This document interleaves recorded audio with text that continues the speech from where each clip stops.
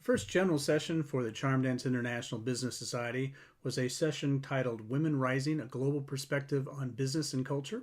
We had several speakers from around the world talking about their experience and their insight into the role of women in the future and the role of women currently in various countries around the world. I hope you enjoy this session and we look forward to your input. And as I say, that the whole thing is based on the Charm Dance principles and Charm Dance framework, which is a mnemonic for business principles and business skills. And it started actually in Guyana on a USAID project where I taught the 10 secrets of international trade and realized that when the guy at lunch repeated the exact same points that I did, almost the exact same order, I realized that they weren't secrets, but they were keys. And so that was around 1999. And between then and now, we've taught the course in, I think, 26 countries and in 6 different languages and touching probably well over 1,000 people. I haven't added them all up, but a lot of different audiences. And we've had people on our team teaching them as well. So it's not just been me. So the focus on this one is a global perspective from the women's standpoint. And it's a topic that, with USAID pulling out of a lot of things, there's some changes that are happening in programs that support women. We'll hear of that from our second speaker here this morning. So it's really how do we continue to improve the lot and improve the success of women, and for people, both women and people outside of the women, to understand how the cultures react. So, and Vanessa and Angie and anybody can pitch in at any time here. Don't be hesitant. This is not me getting up and speaking as if I'm the only expert. And in fact, on this subject, I know I'm not. So if you have a comment or something you'd like to add, just interrupt me. I have no problem with that. So, and one of the things on global culture and expectations, the way that women are treated in business is different in every culture. My first exposure outside of the United States was in Japan, and the Japanese women, the role at that time, that was back in the 80s, of Japanese women's role was to serve tea and to type up the faxes that were being sent. And that was it. And there's very few, at that point in time, there were very few women that had made an entrepreneur and a success of themselves in Japan. One of our other team members, or one of the other members of the society, is a lady by the name of Donna Feltrup. Donna was very successful in Japan. She was an American, went over and worked for Daiei. She speaks Japanese and really understands their culture. And it was really unique to have her back at that time. She was in a role that most women, Japanese or American otherwise, wouldn't be involved in. And how the Japanese treat their women and culture has changed over time. The women are becoming more and more involved. It's interesting, Kikoman, a 320-year-old company, was founded by a woman. So it's not always been that way. You look at the Middle East and how the women are treated, and we'll have a present talk here in a second by a young lady from Afghanistan. And I'll play that here. If you can't hear it, let me know, but the technology should be there to where you can hear it. Of our first general session, which is Women Rising, a Global Perspective of Business and Culture. Our first guest speaker was Rokia Ansar. She's an entrepreneur and marketing manager based in Kabul, Afghanistan. She has over 5 years experience in producing and promoting the brand Nora food products, along with collaborations with jewelry and Turkish biscuit companies, specializing in creative marketing, empowering women in the value chain for food and handicrafts. She's eager to learn and apply the Charm Dance principles and approach to expand her international business. Please join us in welcoming Rokia Ansar. Hello and good time. My name is Rukia Ansar, and I am a woman entrepreneur from Afghanistan. I am glad to have this opportunity to share my experience with you. One of the biggest challenges I faced as a woman in business was the widespread belief that a woman cannot run successful or formal business. Many people think that a woman should stay at home or only engage in small hobbies. In addition, the lack of access to financial resources, loans, and official support was also a serious barrier in my journey. This challenge made me lose confidence at first, but over time I was able to prove myself. In marketing, I have tried to introduce my products in ways that show respect for the local culture from traditional packaging to familiar colors and names. I adjust my approach to fit people's values. For international markets, I focus more on the authenticity, natural quality, and handcrafted value of Afghan products. Along the way, networks of women entrepreneurs, training programs from support organizations, and solidarity among women have played a very important role for me. Even small encouragements from friends and family have been a great source of motivation regarding culture expectations. Some aspects have supported my business, such as the strong trust people have in homemade foods. However, some restrictions on women's public participation made it difficult for me to attend all trade fairs or promote my products directly. The international community plays a circle role by crucial role by providing training, financial resources, and networking opportunities. Their support gives women in our countries more hope and motivation to move forward. For women who want to enter international markets, my advice is to start small but think big. Believe in yourself and the quality of your work. Don't be afraid to share your story and your authenticity is what truly matters on a global level. If there is a change in my country that could significantly help women entrepreneurs, it would be easier access to financial resources and formal government support. If women can access loans and obtain official documentation, many more women can succeed just like me, or even better. Thank you to everyone who made this opportunity possible for women entrepreneurs to have their voices heard. With respect, Rukia Ansar. Thanks a lot. So hopefully everybody heard that. We also, down below on this PowerPoint, there's the links to her social media and her websites. I asked her yesterday in our conversation, if she's allowed to participate in international trade shows. And she says that she has been able to participate virtually, but she cannot get travel clearance. So it makes it difficult. And one of the things I think is interesting, one of the pictures that she sent us, obviously there's her daughter in the picture, and that's the critical thing is how to balance family and how to balance the business. And we'll talk about that on the next slide.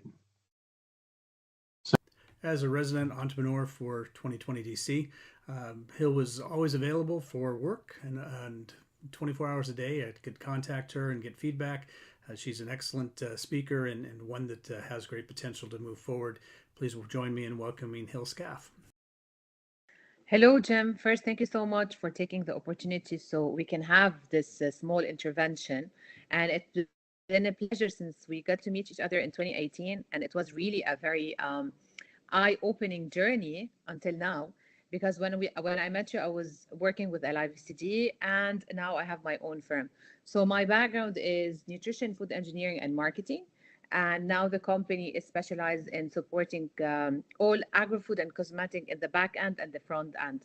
When I say back end, it means compliance, food development, optimization of the process. And in terms of front end, it more is on the marketing and access to market. So this is like a small brief of what I'm doing at the moment. Great. Well, today's topic is women rising, perspective of business and culture.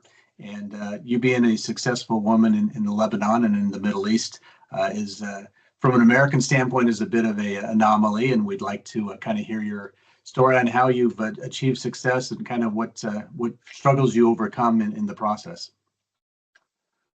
Well, actually, being a woman entrepreneur in Lebanon and then moving to the MENA region has a lot of challenges. But really, the major challenge that I see, or if you want, like, it's a challenge and opportunity, because one, being a mother, coming from a mother, and also being an entrepreneur is very challenging, and people expect you to juggle both and have the balance of both. But being a mom, I have to prove more to everybody else that I can make that balance, I can achieve results, and I can make things happen with all of the time zones that we actually juggle. Like, I'm based in Lebanon and I work for different time zones other than the MENA region, and specifically in the US. So really, this is one of the major challenges, if you want, starting until now. But I think I proved in the last 10 years that being a woman and being a mom, I think being a mom is the most challenging part, because you want to do that balance other than just being a woman. Well, I do have to say that Hill is one one consultant that I could probably reach out to any time of day, and she responds. And I don't know if Absolutely. I don't know if she ever sleeps. She looks like she gets some sleep, but she doesn't. I don't know that she ever sleeps, because any point in time of the day I can reach out to her, and that's great, because as we know, business works around the globe, and the timing, particularly when you're developing international business, the ability to get a prompt response, you get that from Hill, and you get the follow up that's necessary. So that's good. That's why, So from Jim, I said, I'm sorry, that's why I said it's also an opportunity, because having kids, you're awake all the time. So I'm okay in all the time zones. Yeah. Well, a couple questions here. What advice would you give to other women who are interested in particularly those in the Middle East? We're going to have some people on our session from Afghanistan, for example. We're going to have some people from Tunisia and from Egypt. So for women in the Middle East, what type of advice do you have as far as overcoming the challenges that are out there? Hala, I'm speaking out of my own personal experience and the work I do in the agri-food businesses and cosmetics as well. So one of the major challenges is really understand the culture where you're going to provide that service. For example, the way we deal with the MENA region is completely different than the way we deal in the US, the way we deal in Europe. So you really need to understand the culture where you're going. You need to understand the people that you're working with, because you need to adapt to every changing factor in that country, or in that context with the specific company, especially if you're offering different services. So just for example, Jim, the way we market products in Jordan, this is how much change it happens. The way we market things in Jordan and in their language is different, for example, the Lebanese language and how you market it in Lebanon. It does not apply the same way. What they want to see and how they communicate it is completely different of how we do it in Lebanon, knowing that we are both countries that are Arabs and we speak the same language, which is Arabic. But still, we approach it in a different way. So, for as an entrepreneur, if this is marketing that you're working on as a service, or either digital, or even innovation in a product, where you are going, you have to understand the consumer, you have to understand your audience, and you have to understand the culture. Having these three, these are on top of my mind, that you really need to understand before going into that market. Again, on innovation, what sells in Lebanon as top of mind, for example, we have a very famous hummus butini. Right now, it became international. But if you take me X years ago, no one knew what is hummus, for example. Now it's a staple product everywhere. Same thing goes to other things. Health bars. We never had health bars in Lebanon. It was always an imported product. So developing a health bar that meets the Lebanese market is also different than developing into other markets, where we're saying only it will be sold in that market and not internationally. So you need to adapt to the culture. You need to adapt to the consumer need, and you need to adapt to whatever service you are going to give that market. So that's why do your market research, understand the service, understand the gap, and then develop accordingly.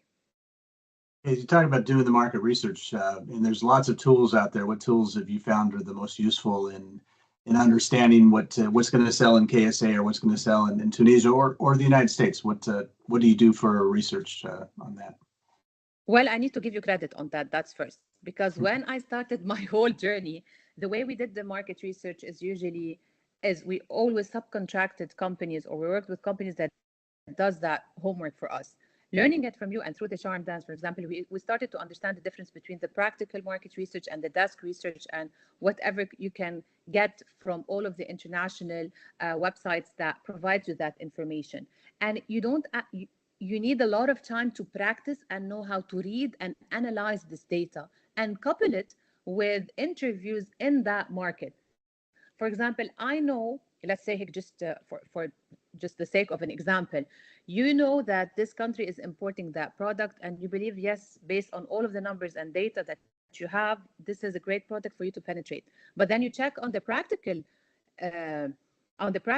side, you see you might not be competitive in terms of price. You wouldn't understand the layers that comes with it. You need to understand what you need to change or fine tune to meet that consumer, because we don't have, for example, the ingredients.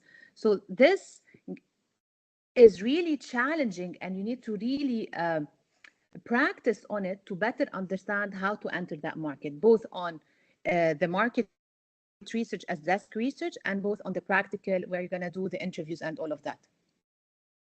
Have you found when you look at a market like the United States that, getting back to our primary topic, which is the woman aspect, have you found that the buyers in the United States treat you differently than you think they would if you were a man, or do you think they treat you the same as they would anybody else? And how do they differentiate?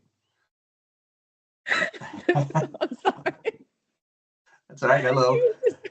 There's the mother part. So we know This that is the it's an mother. ongoing task. So No sleep excuse in me for that world.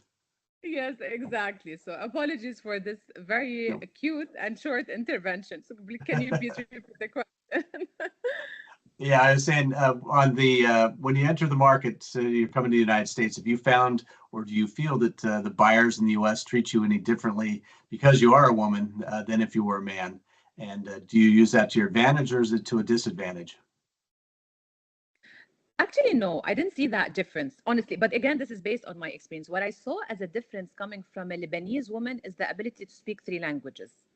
That was, yeah, I used to always rap to my mom, like, why do we have to learn these three languages? Who's gonna use all of these languages? Where I'm gonna go with these languages, especially French, in addition to the US, in addition to the American, to the English, I mean, and to the Arabic. But then it became really, and now I say this to my kids, this is an asset for you to speak the three languages. I know AI is coming, I can now directly translate and all of that.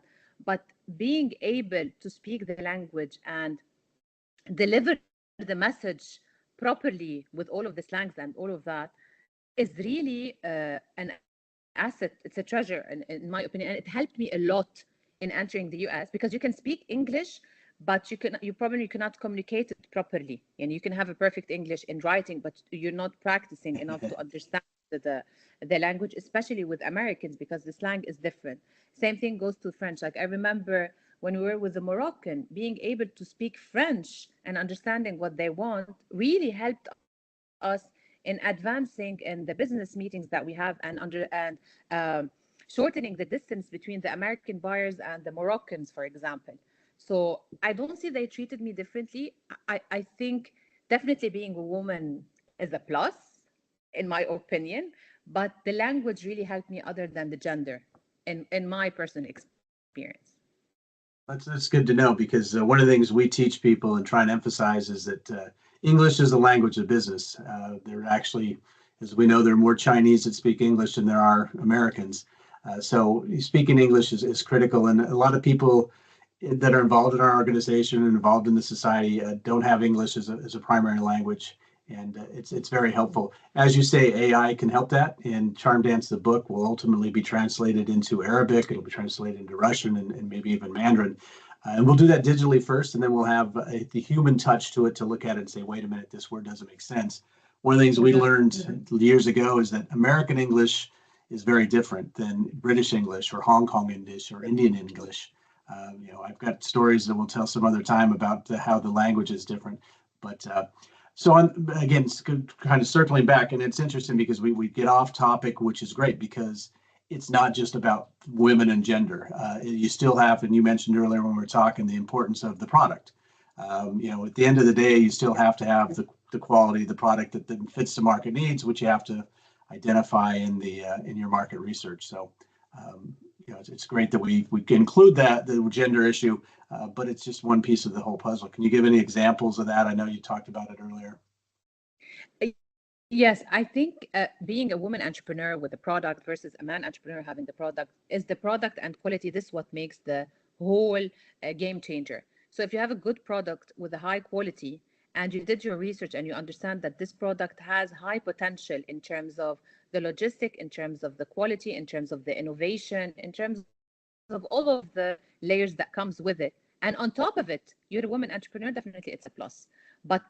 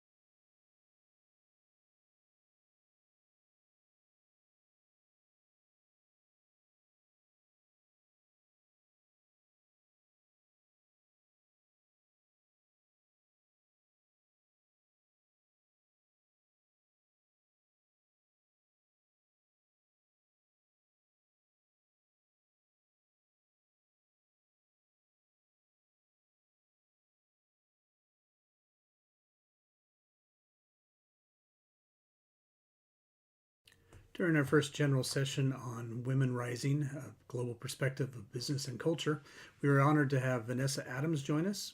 Vanessa is the founder and CEO of Level 4 International, a boutique consulting company focusing on driving sustainable economic impact and improving supply chains across the globe.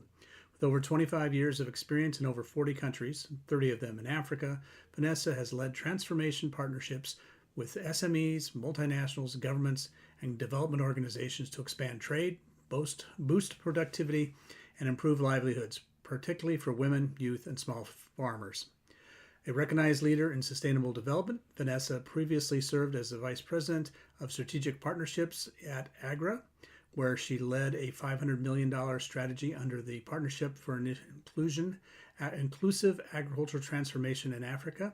She also directed USAID's Trade and Investment Hub in South Africa and West Africa, facilitated over $300 million in export, and mobilized more than $200 million in investment credit. Vanessa is a sought-after speaker and advocate for leveraging partnerships, innovation, and digitalizing to scale sustainable trade, strengthening food systems, and promoting inclusive growth. She holds an executive MBA from INSEAD and is the founder of several influential platforms, including the African Cashew Alliance, Global Shea Alliance, and Women in Agriculture Leadership Network. I understand you can talk now. You've been in a position of significant power across, I think you said 30 countries in Africa. How has the fact that you're a woman impacted that, and has it been to your advantage or disadvantage, or not a factor? I make it a factor. So thanks for the question. First of all, Jim, I appreciate you taking up this initiative and this very interesting topic. And there's a lot of new literature and science about men for women and he for she. And I think you should, embrace that because I think this is part of what makes the change possible and sustainable and scalable. I wanted to point to a couple of things. One is that living in the US and growing up in somewhat of a matriarchal family, it never dawned on me that I would become such a diehard feminist and advocate for women globally. Even though someone told me that a long time ago, I just had no idea how significant the gaps were until spending a lot of time in rural Mali observing those gaps and being told very specifically, we don't count you as a woman because you're a foreigner, you speak directly to men, you don't observe the same cultural biases, and we don't expect you to either. And I found that to be super interesting and thought-provoking, and I never really forgot it because I subsequently have worked with thousands of women. I've set up a number of platforms for women entrepreneurs and to give more voice and visibility to women in rural Africa. And that was through the Global Shea Alliance, through the Women Agribusiness Leadership Network in Ethiopia, and most recently through the Value for Her platform. All of these were continue actually as open platforms, active, engaged platforms. And most recently, even I've been working with WeConnect, and I'm sure you know of WeConnect because it's a US-based supply chain facilitating organization, linking women entrepreneurs with global buyers and trying to enhance actual procurement policies of governments and companies to make an effort to give more points and also to actually make a point of elevating and increasing the capacity of the women entrepreneurs who they can be sourcing from. So I think that we need to be gender biased, women entrepreneur biased, and I recognize that I don't play by a lot of the gender rules, and that's what's helped me get through. But the other thing, Jim, which you're doing and has proven scientifically, I think you're aware that the World Bank has a Gender Innovation Lab, and the Gender Innovation Lab has incredible documentation and analysis and tools about women and different sectors and countries where women have operated differently and what it takes to make and sustain changes in those ecosystems. And what I hypothesized and rolled out in Ethiopia was proven to be true by the Gender Information Lab, doing actually a blind control trial comparing women who were supported and women who were not, that it wasn't enough to do training. And you know this, right? We've had this discussion many times. it's not enough to create a network. That's important, but it's still not enough. But the mentorship, that's the one-on-one follow-up and coaching that went with business plans and facilitation. And you mentioned this also in your introduction in the beginning, that really took it to the next level, to build a mentorship. And so we did kind of like a B2B, but mentorship. Basically you couldn't join the programs unless you committed to mentor 2 to 3 or 4 other women entrepreneurs. And that's what really made the whole thing take off like wildfire.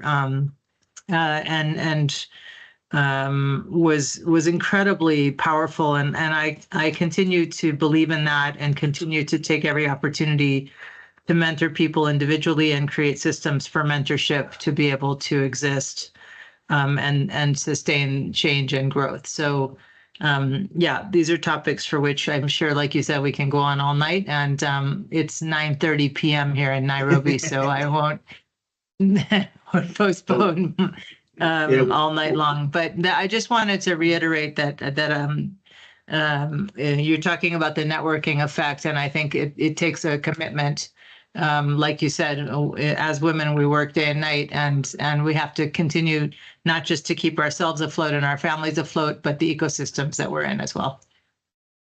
Well, you touched on a couple of things there that I really like, and the Circle community, really what it's designed to be is a mentoring platform. And the more people we get involved, and the more diverse organization, more diverse individuals we get involved.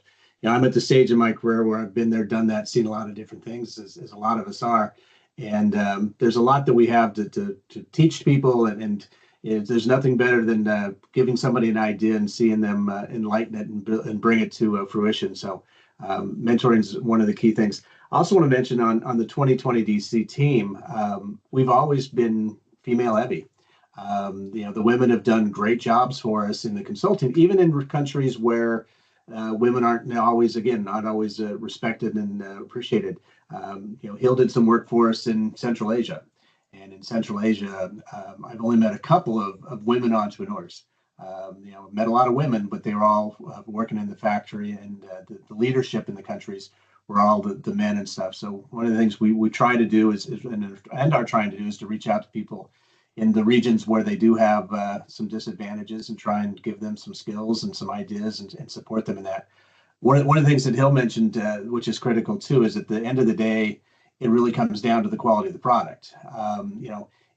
Americans, Americans, Japanese, and Europeans, a lot of times will buy a product because of the social benefits or the social aspect behind it. But it's interesting. A lot of times we'll go to a large company and kind of play that role and try and teach them. Here's an advantage as a woman-owned organization, woman-run company. You really need to take a look at it. And they kind of scratch their head and say, I can buy cheaper here. And we saw that with the Ethiopian honey in Anuga several years ago, where the lady was presented it to a buyer, and the buyer said, the lady offered it at, I think, $12 a pound. He says, I can buy all day at $4. He says, why should I buy from you? And she goes, well, because we're a woman-owned organization. He goes, well, that's great, but it's not worth 3 times the price. So one of the things that we want to do from a 2020 side, and from kind of the mentoring side here too, is let's take a look at the product, let's educate the people, and try and fine tune the product so it's the product that sells. So there's the 2 aspects of it. And a lot of people here and globally are beginning to more and more open up to women business entrepreneurs and women's business leaders. So the opportunities are there. We had Angie Parker join us. Angie is an executive director of the Alliance of Angels, one of the Pacific Northwest's most active angel investor groups, a former Air Force aviator turned startup operator. Angie brings over a decade of experience in business operations, brand strategy, and executive leadership. With a passion to empower the founders, Angie has supported early stage startups through roles in venture capital, community building, and as chief of staff at veteran-funded ventures. Today, Angie is focused on connecting entrepreneurs with the capital, mentorship, and community they need to thrive. Angie, I know from a U.S. perspective, you see a lot with all your startup organizations. and your angel funding. What kind of input do you have on where things are going into the U.S. situation? Where things are going with respect to women entrepreneurs? Women entrepreneurs, what's the kind of the attitude? Do you see a change in the way that people treat them? Is there, what can be done from an individual standpoint, or what training needs to be done, or what skills need to be done, or education needs to be done to give them a greater opportunity? Yeah, that's a great question. It's a loaded question. There's a lot of answers. Yeah, that too. I think that the good side is that women founders return more capital back to investors. I think it's the Boston Consulting Group did a study that showed that they do 47 cents more on the dollar return than men. So it's 78 cents on the dollar for women and 31 cents for men. They're also faster to exit. And what other fun facts are they? They generally why would there better. be the difference? What do you think is the difference in why they return more than the men? What's the factor? Yeah, I can hypothesize all day on it, but I think that it does come down to, women generally, and these are hypotheses, but like women are generally better collaborators. I think we also have a great skill for balancing lots of work and bouncing between tasks. And we have a better risk management perspective. We are resilient. And I think also we turn to our other women for mentoring and help and support, and women help other women readily. But,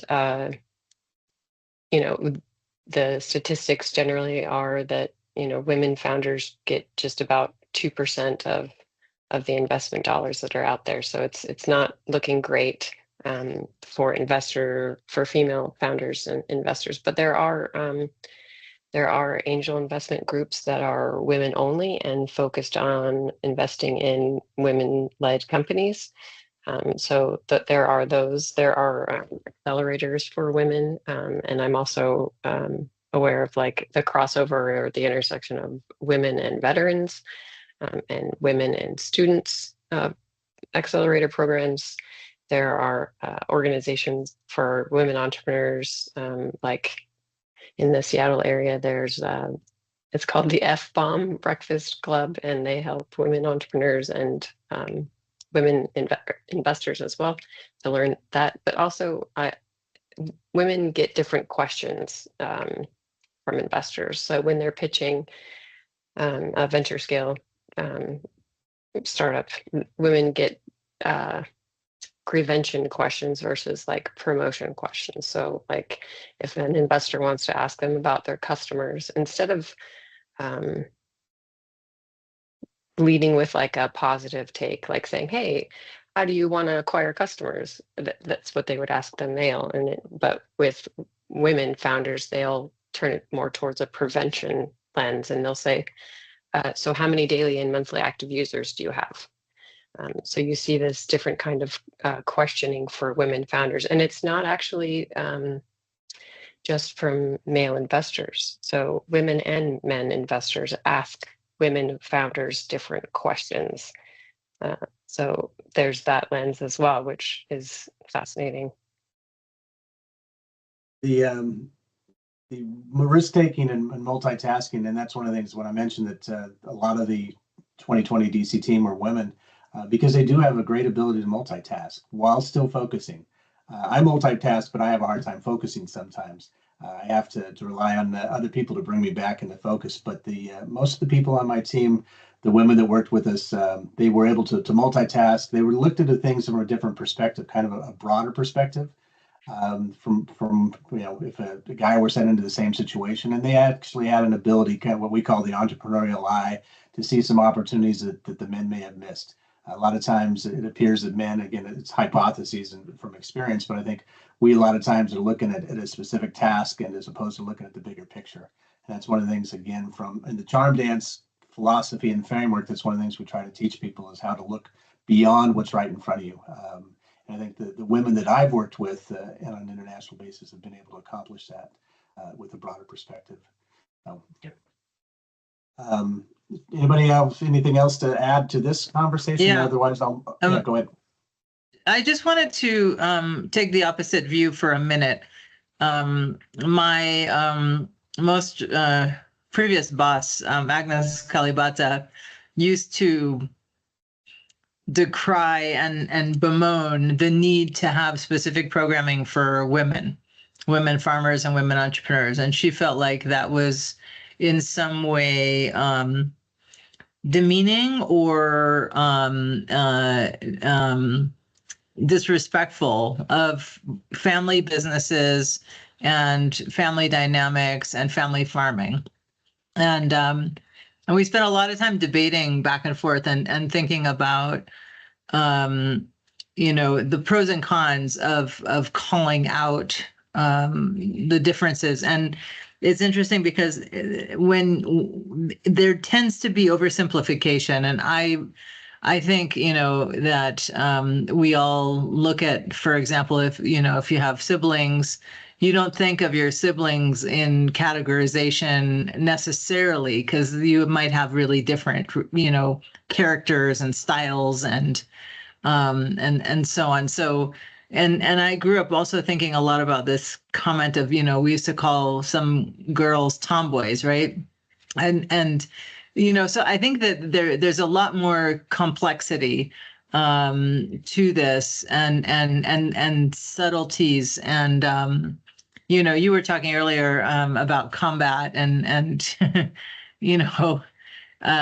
this conversation is a live conversation about women going to war and taking up what's an appropriate level of risk, for example, and does that cause some kind of harm in society? So I just wanted to recognize the complexities amongst women, and how I realized also that the biggest challengers to women sometimes are other women blocking them, putting them down, competing with them, undermining them, manipulating each other, stealing each other's businesses, and so forth. So I don't think that the main barriers are necessarily men versus women at all. I just wanted to add more color to that. Thanks. I do want to, I kind of emphasize one of the points there. Women also a lot of times appear to be more competitive. And that's probably because they have had to be throughout their lives. But when we see a situation, a lot of times they can be, as you say, they'll try and steal the other business. They'll kind of manipulate things. It's interesting. Everybody talks about a man can have an argument with a man, and the next thing you know, we're going out and having a drink together or going golfing together. And that doesn't. There seems to be a little bit of a longer process in that when women disagree on an issue. Again, that's a personal perspective, but I've seen that in multiple cases. The other thing is interesting is that the people on our team have never, he'll mention that she does feel that it's an advantage, and you mentioned that it's an advantage, but you're competing in the world. Not I'm a woman. That's not what you're saying. You're saying I'm competent, I'm capable. The fact that I'm a woman is not really significant, so. On back into Africa real quick, with USAID's demise and struggles that's happening there, how do you see that affecting the special programs that we've had that were really targeted to supporting women? And I know you mentioned that your last boss kind of argued with you as to whether you needed programs specifically targeting them and how that impacted the family business. But I know when I was in Ghana, it looked like a lot of the women were the ones running the business. They were running the family. And across Africa, I've seen that, to where the man is not as engaged in the involvement. Maybe that's because it was a shea butter situation. The women were collecting the nuts, or maybe it's a global thing. But I've seen a lot of situations across Africa where we've been involved where the women are the leaders, the family and the business. So actually, Global Affairs Canada is the most pro-women funding source globally, and they're unapologetic about that. And the next one is MasterCard Foundation, which funds youth programs with a dominant focus on women, young women. USAID was not the most progressive, actually, in my experience in Africa. But what USAID did do, and which is sorely going to be missing, was a coordination role amongst funding partners. And so coordinating strategically how development comes together on the ground is a lot of work and requires a lot of funding and thoughtfulness, and that is sorely going to be missed. And a lot of programming is being reshuffled substantially right now to think about where those funding gaps are, and a hierarchy of need in dire need situations, which is, meaning that a lot more people are being left behind. So I think now some of the language that is really very difficult is, levels of vulnerable populations, and where the very limited funding is going to have to go. And sadly, the country selection and population selection has been, politicized, where there are trade opportunities, as you know, and trade gaps, and so the landscape is changing to much more business focused language. But for people who are focused on growing businesses, that's a huge opportunity as well. So, Jim, I'm sure you're tracking this very closely. There's going to be, I think, huge amount of change still over the next year. I think we're far from having seen the end of this. Yeah, I agree that the end is not in sight, which a couple of things you just said there kind of segue well into our next session, which is in July, where we talk about, it's entitled Reinventing Your Career, basically. And a lot of people that were in the aid industry, they're scratching their heads saying, I've dedicated my life to the tasks that we've done, and now I got to figure out what to do. And it's really going to take a spin on how do you take the skills that you have and apply them to a business situation. And it was pointed out to me the other day with a young lady who had lost her job, and she said when she was doing some interviews, she was talking about COPs, and the company said, well, what's a COP? And for those of us in the industry, it's obvious it's a chief of party, but outside of the industry, even the terminology is different. So we'll kind of talk about how to rephrase what you're saying so that the industry and the private sector understands. And I think that the private sector will step up to a certain extent, but again, it all, we're a firm believer in the trade for aid, and how do you find the products that are going to sell and the products that are market. It's tough right now trying to go into people and say, let's talk about international business when the U.S. has got duties and tariffs that are killing things. We've got a stainless steel import business that our stainless steel coming out of Austria now has a 50% tariff on it. If we were to ship stainless steel into Austria, it'd be duty free, tariff free. So it's tough to go to people and say, let's talk international trade when we're trying to moving more and more toward isolationism. But that things will change, and the demand, once we work through the inventories that are here, demand will pick back up. We did see one of the leading beer companies just today came in with a purchase order for some containers that are 50% more today than they were in January. So it's still there, and teaching the international trade and mentoring is critical. I know Vanessa said she's got to leave. Angie, if you want to leave as well, I'm going to go ahead and work through the balance of these slides here so that it's available online. But basically, the slides will talk about the charm dance principles and how they apply. For example, for example, this picture, the slide that's up here is to talk about body language, and it's a skill that how you position your body and how you react and how you sit and how you talk and how you stand are all critical. And in the book, we talk about that, and in the conversations, we kind of address that as well. So if you guys need to jump off, no problem, but I'll just work through here. If you see something you want to add a comment to, just jump in. And thank you, Vanessa. Thanks so much for the invitation and the platform. And I look forward to the next steps. Great. Well, and promote it, get more people involved, because it's one of those situations where the broader the platform, the more interchange and interaction we have, the better. So great. Thanks. So back onto the charm dance principles, honesty, and this is something that's critical. And I think that women have the ability to communicate sincerely. And a lot of times when women are talking about an issue, they can address it more from the heart than strictly a sales call. One of the things that men seem to focus on is it's always about the sale. It's always about the sale. It's always about the sale. If you can take that back and put it into a personal perspective and how to address the interest of the buyer in an honest and integral way.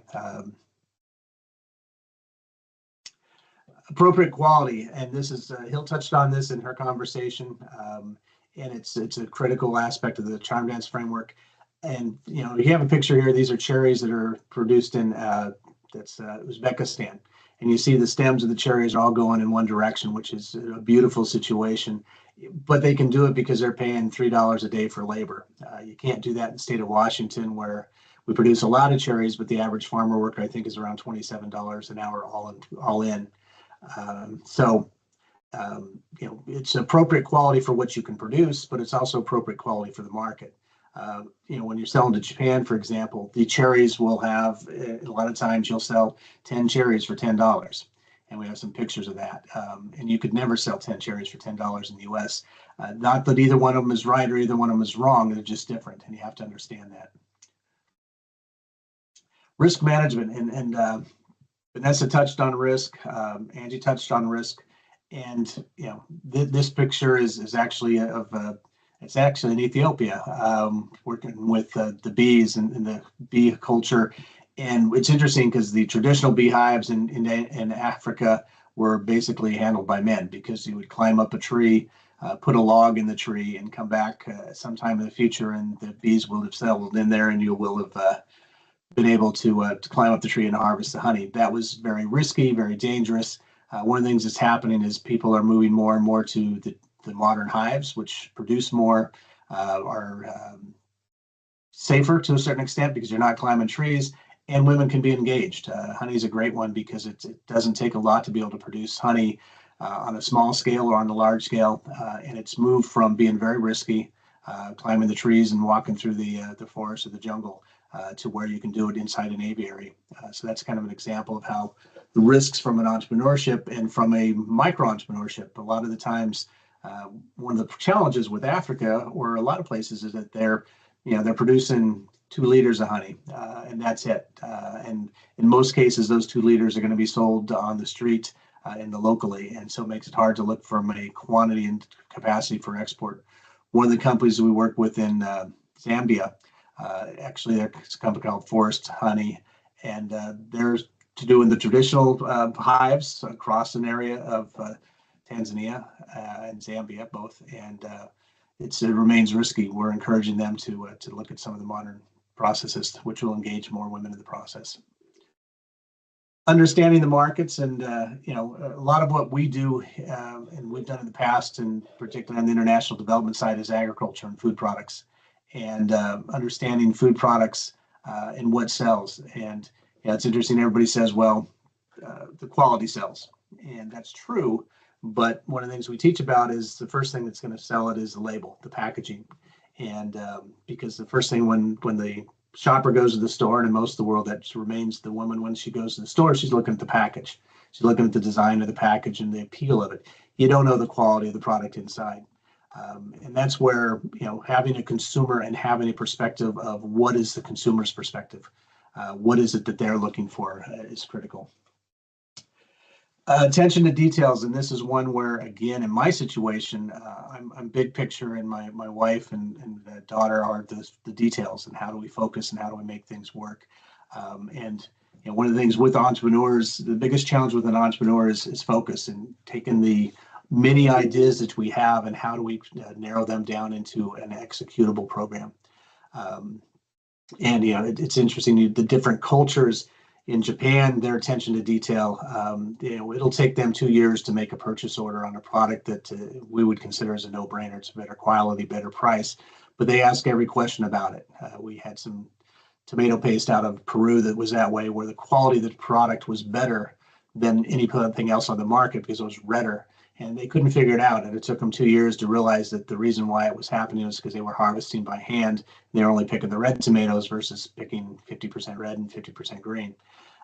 So attention to details differs in the markets. I could go on with a number of stories where details between, again, Peru and Japan is a great contrast. in the amount of details that they spend on things. And again, the ability of anybody to take the details and sort them and determine what details are important and what details are less important is a tough thing. Leveraging advantages. We talked about the woman's role and multitasking, and this is a picture in Peru of women harvesting potatoes. And as you can see, their children are with them. And this was when children should have been in school, but at the time, that was up in a region of the country where school was less important. There were no programs, particularly for the young. So the women took the children to the fields and took them to school. So that becomes an issue. And how do you blend the family and the responsibilities of being an entrepreneur, a businesswoman, or even an employer or employee? One of the things that's happened, and again, back in the Charm Dance principles, networking is critical, and networks are, developing all over the place, both virtually and in reality. And these are a couple of you recognize Hill from earlier. That's Heike, who's in Germany, or moving to Germany back from Egypt, where she's lived for a couple of decades. But the networks are out there, and the ability to communicate now. I have friends all over the world that I've never been to their country, but we communicate through these networks. And that's one of the things we want the Charm Dance Society to become, as a platform for the people to develop and expand their networks. Customer relations. And again, this is where we talk back about honesty and integrity and the ability to communicate, understanding what the customer wants. And again, I had a boss in the stainless steel business who was too busy selling, too busy making his pitch as to why you should buy the product, and not listening to the customer as to why he should buy the product. And the customer ultimately walked away because his kind of questions weren't answered. And having the ability to listen is something that a lot of times the males in our society don't do as well, where we listen only to respond. And so we want to hear our voice versus the other, and that's something that needs to change and emphasize. And finally, one of the critical things in all this is execution. And we talked about it, Hill talked about it, you have to be able to understand the market. You have to understand the trigger points, what it is that makes the consumer buy or the buyer buy. And to do that, you have to execute really all the 10 principles of Charm Dance. Access to capital. We didn't touch on this, and we'll probably just have a session later on in access to capital, both for women, but also for entrepreneurs overall. And how do you access capital? How do you finance your business? And there's a lot of different tricks in doing that, and we'll talk about some of those. Legal and policy barriers. Again, we didn't get into that in this situation, but every country has got their policy issues. I know that Egypt, for example, for me even to be a stockholder in a corporation in Egypt, I had to go through a 2-day process to get registered with the government. And that requires somebody basically taking me by the hand and walking through it. There are issues, legal issues, when we talked about Afghanistan that limit what the women can do and where they can travel and how they can market and where they can speak up. And those barriers are out there. In the U.S., we have anti-discrimination laws. In the Middle East, you get on a train in Dubai and there's a men's car and a woman's car. That wouldn't happen here. And to them, that's their culture, and that's understandable. And as you develop your businesses, you need to understand why there's differences. And just because you're different doesn't mean you're right and they're wrong. It just means they're different. This picture is kind of interesting. I'm just point this out. This was in Antigua or Barbuda, and this was a airport. And one of the doors says arrival, and the other door says departure. You go inside, and it's one big room. So it's a policy, and it's funny because I tried to go in the departure door, and they said no, you got to go through the arrival door. So not all policies that make sense, but you have to understand what they are. Technology and digital divide, from a gender standpoint, is becoming less and less. Being able to communicate virtually through Teams and Zoom and all the other channels makes it allowed the effort. And a lot of times, the people on the other side don't always understand who they're dealing with. It was interesting decades ago when we dealt with Japan. I had a woman that worked for me, and she would send emails or not emails, faxes to Japan and sign her name to them, and she would get no response. She'd then sign a mail name to them and a couple of days later and get an immediate response. So the people on the other side didn't know who was sending it, but they definitely showed a bias